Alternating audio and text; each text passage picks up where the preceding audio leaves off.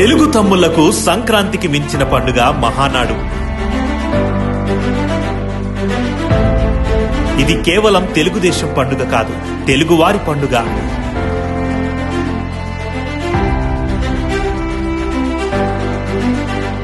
ఏడాదికోసారి వచ్చే సంక్రాంతి వేడుకలను 3 రోజుల పాటు అత్యంత ఘనంగా ఎలా నిర్వహించుకుంటామో అన్నగారు స్వర్గీయ నందమూరి తారక రామారావు గారి జన్మదినాన్ని పురస్కరించుకొని మహానాడు వేడుకను అంత ఘనంగా జరుపుకుంటారు తెలుగువారు. 1983 ఎన్నికల్లో తెలుగుదేశం పార్టీ ఘన విజయం సాధించిన తర్వాత మే 26, 27, 28 తేదీల్లో గుంటూరులో తొలిసారిగా మహానాడు వేడుకను నిర్వహించారు. ఈ వేడుకలకు బాబు జగజీవన్ రామ్, ఎంజీ రామచంద్రన్, ఫరూక్ అబ్దుల్లా, ఎల్కే అద్వానీ, అటల్ బిహారీ వాజ్పేయి, మేనకా గాంధీ లాంటి అతిరథ మహారథులు విచ్చేయడం యావత్ దేశం దృష్టిని ఆకర్షించింది. దేశవ్యాప్తంగా అనేక పార్టీలకు చెందిన ప్రధాన నాయకుల్ని ఒక చోటుకు చేర్చి దేశంలో ప్రతిపక్షాన్ని బలోపేతం చేయడంలో మహానాడు కీలక పాత్ర పోషించింది.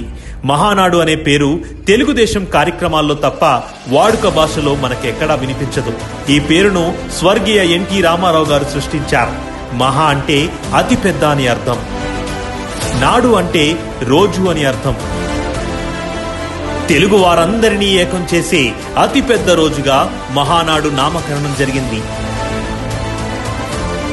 తెలుగు జాతిని ప్రపంచానికే పరిచయం చేసిన 3 అక్షరాల పేరు ఎన్టీఆర్.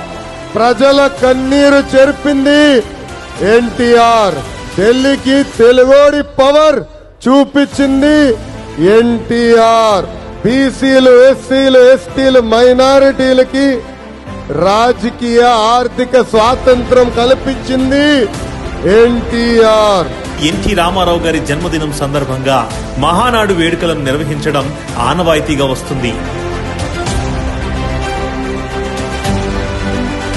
తెలుగుదేశం పార్టీ జాతీయ అధ్యక్షులు నారా చంద్రబాబు నాయుడు గారి సారథ్యంలో మహానాడు వేడుకలు రాష్ట్రంలో ఒక్కోసారి ఒక్కో ప్రాంతంలో నిర్వహిస్తూ ఈ వేడుకల్లో తెలుగు ప్రజలందరినీ భాగస్వాములం చేస్తున్నారు.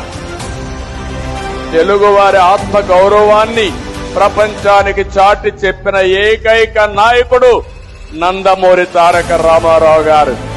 అలాంటి మహానాయకుడికి వారసులం మనందరం. ఆ వారసత్వాన్ని భావితరాలకు అందించే బాధ్యత మనందరిపైన ఉందని చెప్పి కూడా నేను మీకు తెలియజేస్తున్నా. ముఖ్యంగా ఈ వేడుకలో భోజనాలకు ఒక ప్రత్యేక స్థానం ఉంటుంది. 1 కాదు, 2 కాదు, అనేక నోరూరించే రుచులు, పసందైన వంటకాలు ప్రత్యేక ఆకర్షణగా నిలుస్తాయి. మహానాడు వేడుక జరిగే ప్రాంతమంతా పసుపు రంగుతో శోభాయమానంగా వెలిగిపోతుంది. ప్రజల ఉత్సాహం, కోలాహలంతో ఎక్కడ చూసినా పండుగకు మించిన వాతావరణం కనిపిస్తుంది. 2024 ఎన్నికల్లో తెలుగుదేశం పార్టీ తిరిగి అధికారం చేపట్టిన తరువాత వస్తున్న మహానాడు వేడుకను మే 27, 28, 29 తేదీల్లో కడప జిల్లాలో అంగరంగ వైభవంగా నిర్వహించేందుకు అన్ని ఏర్పాట్లు ముమ్మరంగా జరుగుతున్నాయి. మహానాడు అంటే కేవలం అన్నగారి జన్మదినం మాత్రమే కాదు, 5 కోట్ల మంది ఆంధ్రుల ఆత్మగౌరవం, ప్రపంచం మొత్తం తిరిగి చూసే గొప్ప వైభవం.